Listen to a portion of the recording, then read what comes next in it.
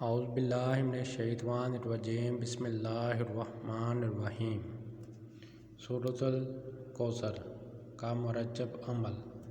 ہر مشکل جائز مقصد کے پورا ہونے کے لیے وظیفہ۔ سورۃ الکوثر قرآن پاک کے 30ویں پارے کی سورت ہے۔ یہ 3 آیات پر مشتمل ہے۔ اس کو پڑھنے کے بے شمار فضائل اور برکات ہیں۔ سورۃ الکوثر پڑھنے سے اللہ تعالیٰ ہر مشکل، ہر تنگی سے نکالنے کا راستہ بنا دیتے ہیں۔ اگر آپ کسی حاجت کو پورا کرنے کے لیے سورۃ کوثر کو پڑھتے ہیں تو اللہ تعالیٰ آپ کی حاجت پوری فرما دیتے ہیں۔ پڑھنے کا طریقہ: پہلے 2 رکعت نماز نفل حاجت کی نیت سے ادا کرنے ہیں۔ ہر رکعت میں 1 مرتبہ سورۃ فاتحہ پڑھنے کے بعد 11 مرتبہ سورۃ کوثر اور 11 مرتبہ سورۃ اخلاص پڑھنی ہے۔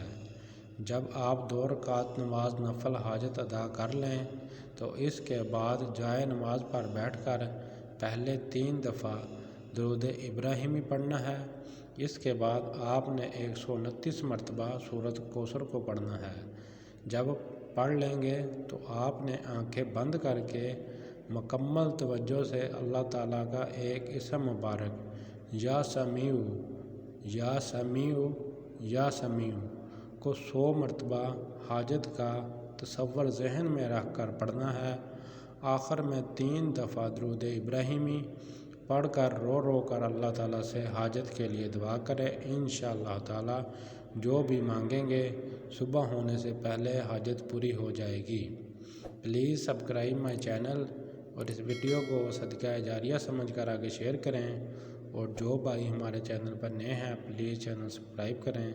اللہ آپ سب کا حامی و ناصر۔